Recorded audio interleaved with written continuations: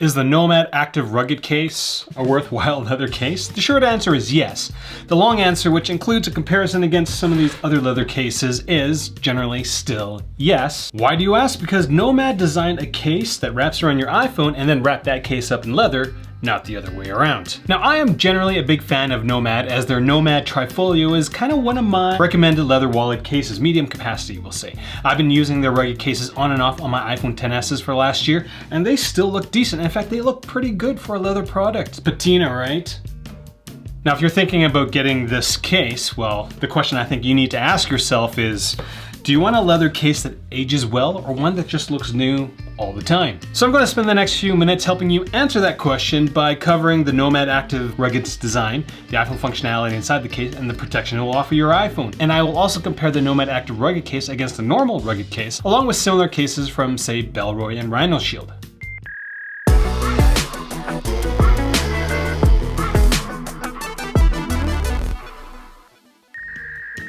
At MobileReviewsEh, Monty and I, this puppy, really not a puppy, he's an old man now. This old man and this relatively younger man base all our reviews on actual usage. Now, while Monty and I are not nomads ourselves, I still enjoy the occasional Indiana Jones type adventure. Only if that adventure involves fewer museum artifacts and more sneaking treats with nobody noticing.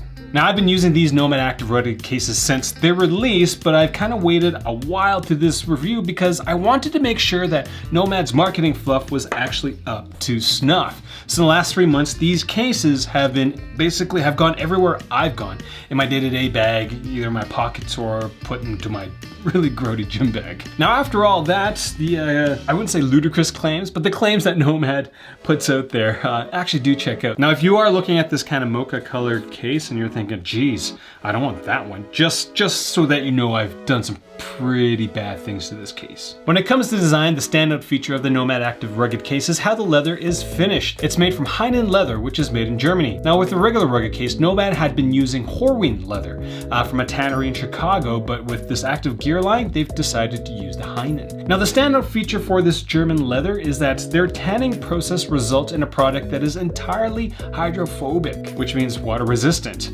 and also scratch resistant. And from my perspective, that's a pretty serious claim, wouldn't you think, Monty? Is it true? It actually is. This case has been jostled in my bags for over 3 months, and it looks really nice. It doesn't look nearly as beat up as the rugged case I used for the iPhone XS's. The Heinen leather definitely has better scratch resistance, as you can see a visible difference between the normal rugged case and the active case when, scratched by Monty. My paws didn't do much to the active rugged case either. But the question you might have is, what is it going to look like if you're a little rougher with your iPhone? Well, it's going to look like this, but to get to this point, just keep watching. Now, in terms of water resistance, after leaving droplets of water for 20 minutes across multiple leather cases, the rugged active case had the least amount of absorption, followed by the Rhino Shield solid suit.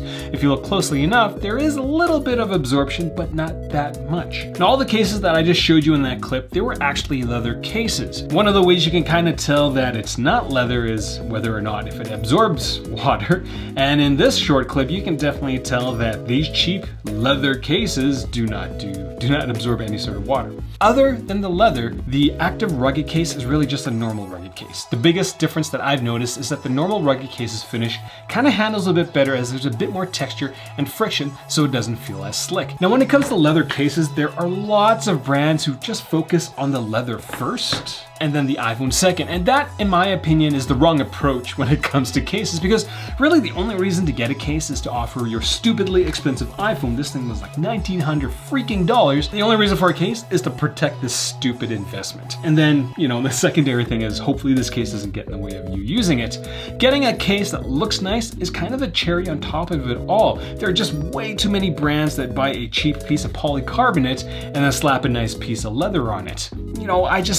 What's the point of that product? And a big culprit of that kind of design philosophy is Apple and their leather case. Like, this leather case, so expensive, so bad. Bellroy kind of has that similar approach, and as much as I love the feel of Mujo cases, it's just not going to offer your iPhone a lot of protection, but the Mujo case is just so soft. Now, from a leather case perspective, I think the Nomad has the leg up on the solid suit because the texture on the TPU and the leather case go hand in hand, whereas the slicker edges of the solid suit and the leather back kind of do not.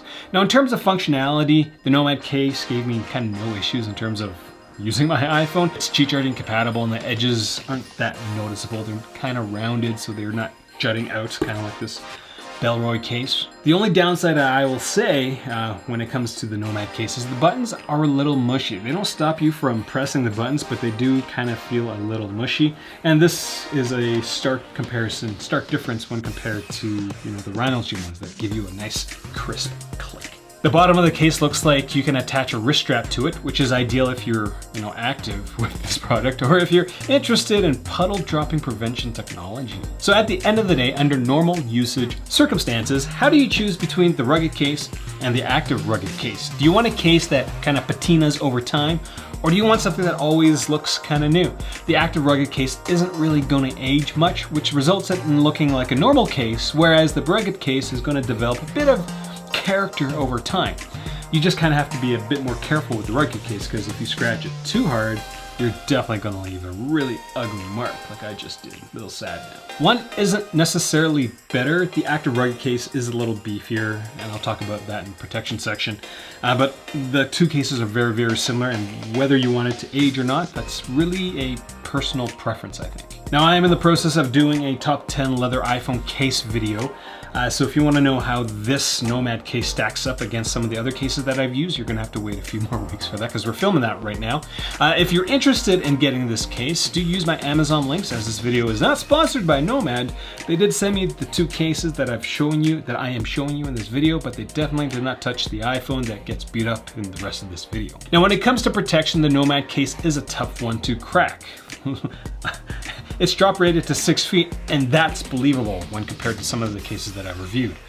6 feet is a whole really normal height person. This case has TPU edges, and the bottom of the case is a mixture of polycarbonate and TPU. Your iPhone is going to be cradled in a microfiber cloth, which is meant to reduce the potential scratches from dust and debris if dust and debris get caught between the case and the device on the back. So that's the protection specs on paper. How durable is the leather? Now, after that mini marathon of drops, I do have to say that the leather will scuff, which is not surprising. I will note that a bad enough drop will kind of deform the polycarbonate parts at the bottom of the case, so that might look a little funny after a relatively bad drop. The edge of the case actually kept my screen protector safe, which was kind of surprising.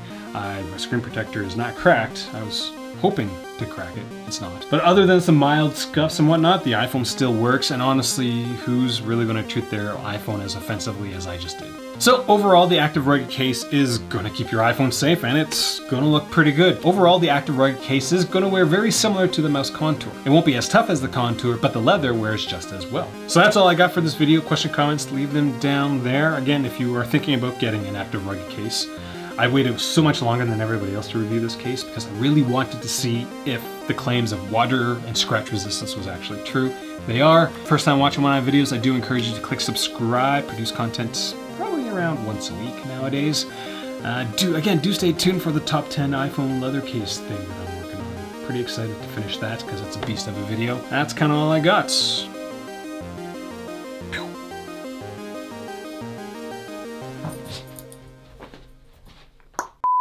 So at the end of the day, under normal uses,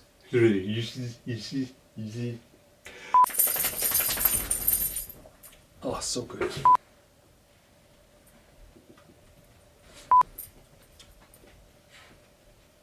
Such a difference measuring out coffee grinds, depending on how coarse the grind is, as well as the proper amount. I started drinking coffee when I was 20.